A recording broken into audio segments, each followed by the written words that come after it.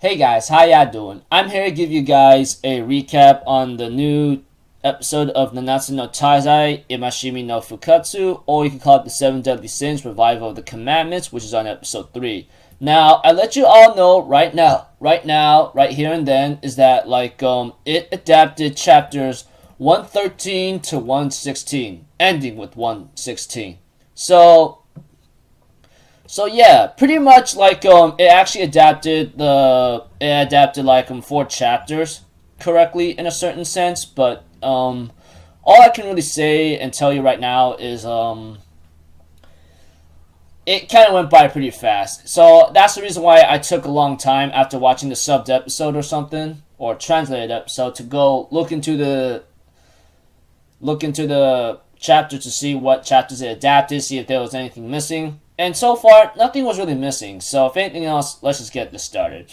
We have to it that Elizabeth ends up having some kind of dream, and it involves it involves maybe someone of a tall man with the wanted poster of Meliodas, and it looks exactly like that person. Now, I let you all know that this is a little confusing, and I'm pretty confused about it too. Even the first time I even read this chapter many, many years ago, I was wondering what the hell is happening, you know? So if anything else, let's continue on. We have to it that Elizabeth gets waken up by Meliodas, etc. And we have to it that after what happened here, after Meliodas tells Elizabeth that she got knocked out by Gothar's magic, we have to it that Elizabeth tells Meliodas and Merlin of what's up, and we have to it that Diane and Gothar are going head to head against each other, and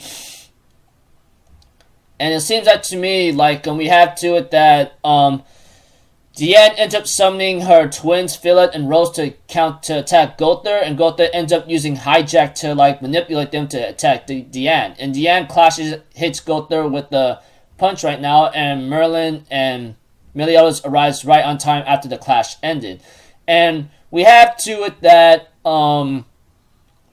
that everything seems to be kind of calmed down after that clash with Diane and Gothar.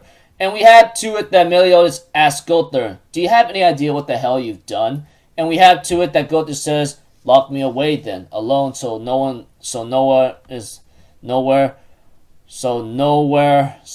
one else is, before I really lose it," or something. And we have to it that Meliodas tells Merlin, "Let's continue our conversation later." And we have to it that Didier or something is talking about what the hell's going on at this castle, etc. And it seems to me that giant hole they all recognize is the work of Meliodas, etc. And we have to it, of course, Zeldris confirms it by saying yeah, this is Meliodas' doing. And of course, Zeldris was pretty ticked off by asking what the hell was he doing anyway. And Zeldris even asked Esterosa on his opinion, but Esterosa is just relaxing right now and just gazing at the sky, etc. So in this episode, which adapted 113, we have to it that the Jikai or the Ten Commandments are at a certain location where Meliodas was at many years ago, which apparently happened many, many years ago.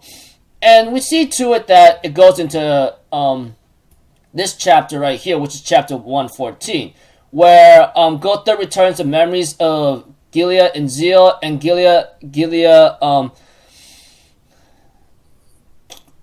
apologizes to Zeal for what happened here and there, and we have to it that he meant no harm, but Meliodas just punched him in the head and telling him to apologize sincerely or genuinely, because that was pretty stupid of him. And we have to it that Gilead understands the situation and and thanks her for the comfort here and there, but I'm gonna have to say this is goodbye, and then just leaves.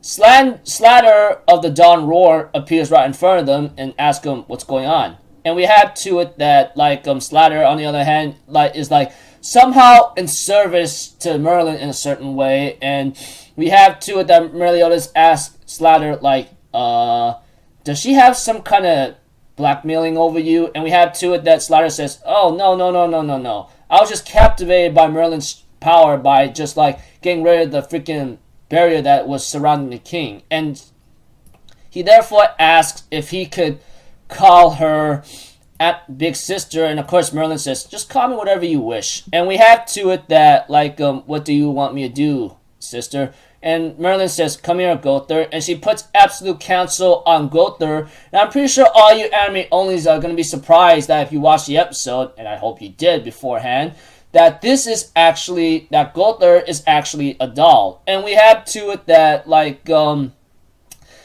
explains that the power that's on Gother is really, really powerful, and erasing it is very difficult, even for absolute cancel. The return to his original form is only going to be a little temporary. And she even confirms by saying, like, there was a great magician that created Gother as a doll. Even Hawk is actually pretty shocked about that, like, seeing Gother as a doll. But, you know, it is what it is, etc.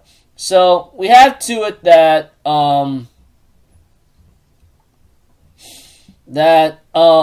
that Deanne was actually shocked about this, and Meliodas confirms just shrugs up by saying, like, hey, you don't have to worry, you know, Gother is one of our comrades and our companions of the 7 deadly sins. And of course Deanne understands that and pretty much ends up having some kind of like chilling thing happening to her, and wonders like, I wonder if my head is foggy a bit or something, that Deanne says. I was kind of concerned about that scene, but it seems to be a little connected, but that is a little like, minor spoiler to come later, etc.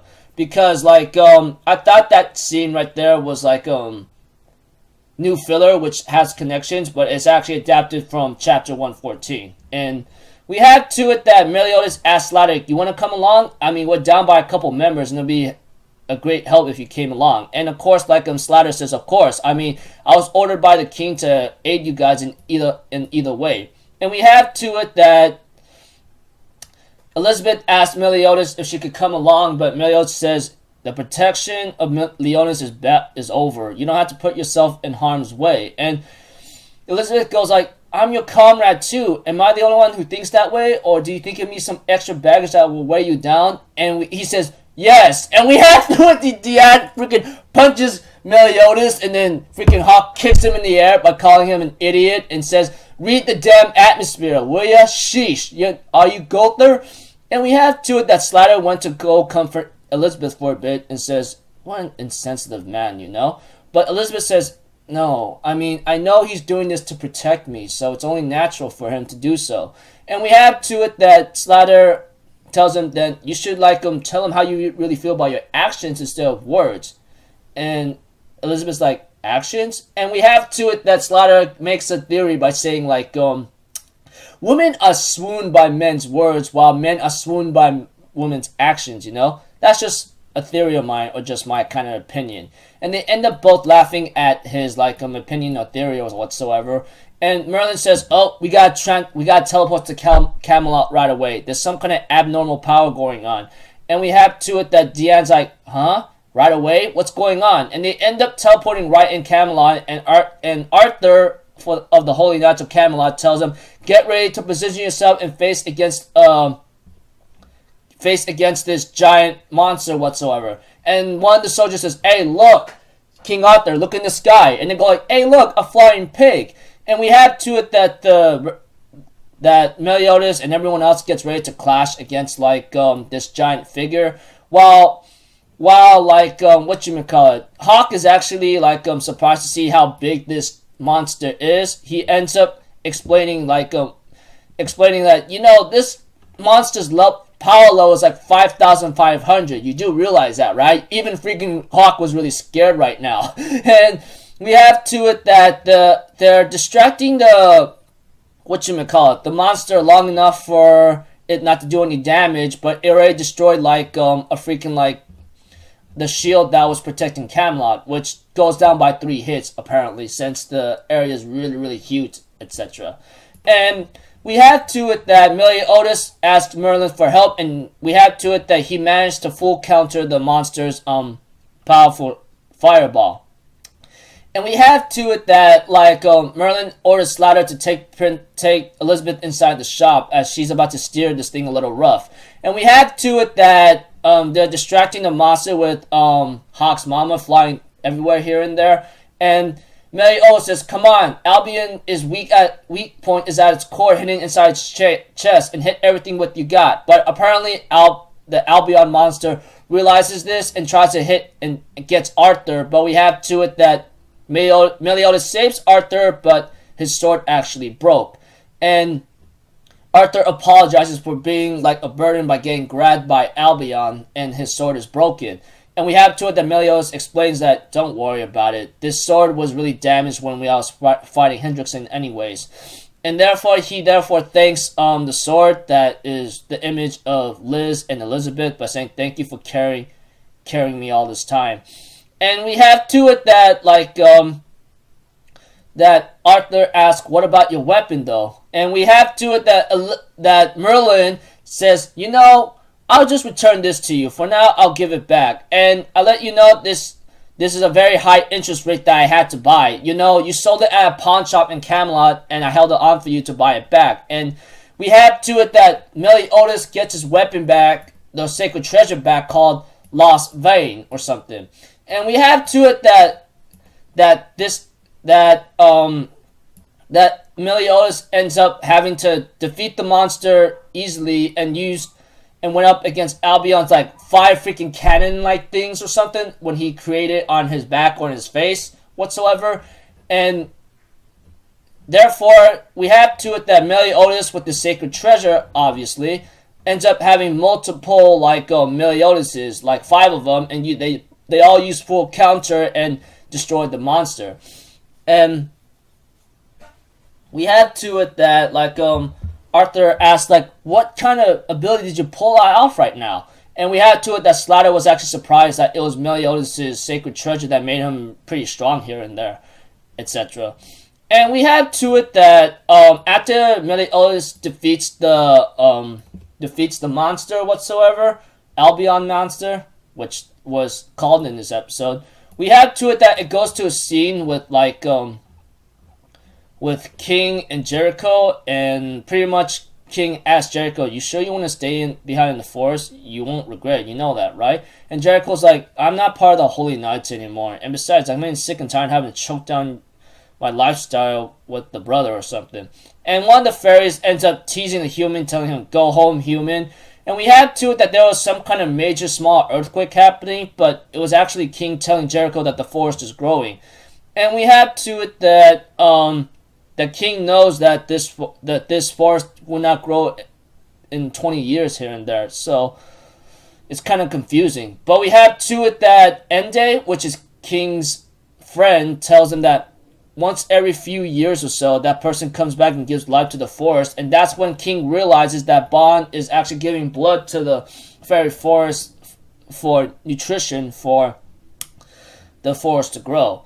And we have to it that this strange person whatsoever, or strange fairy, thanks Bond for the service here and there, but we have to it that Bond says, I'm only doing this for Elaine, that's all I can do. And we have to it that Bond and this fairy whatsoever, which I believe her name is not mentioned here, which I would not say since it's animated, etc. But pretty much here, they have a couple words of exchange where Bond is not worthy of being called the Fairy King, etc. And pretty much she therefore explains, saying that Harley Quinn is known to be the Fairy King as he is chosen by the sacred tree. And we have to it that the fairies ends up running away, and they try to call for Sir Bond for help because there's a giant beast attacking again. And apparently it's similar to the Albion that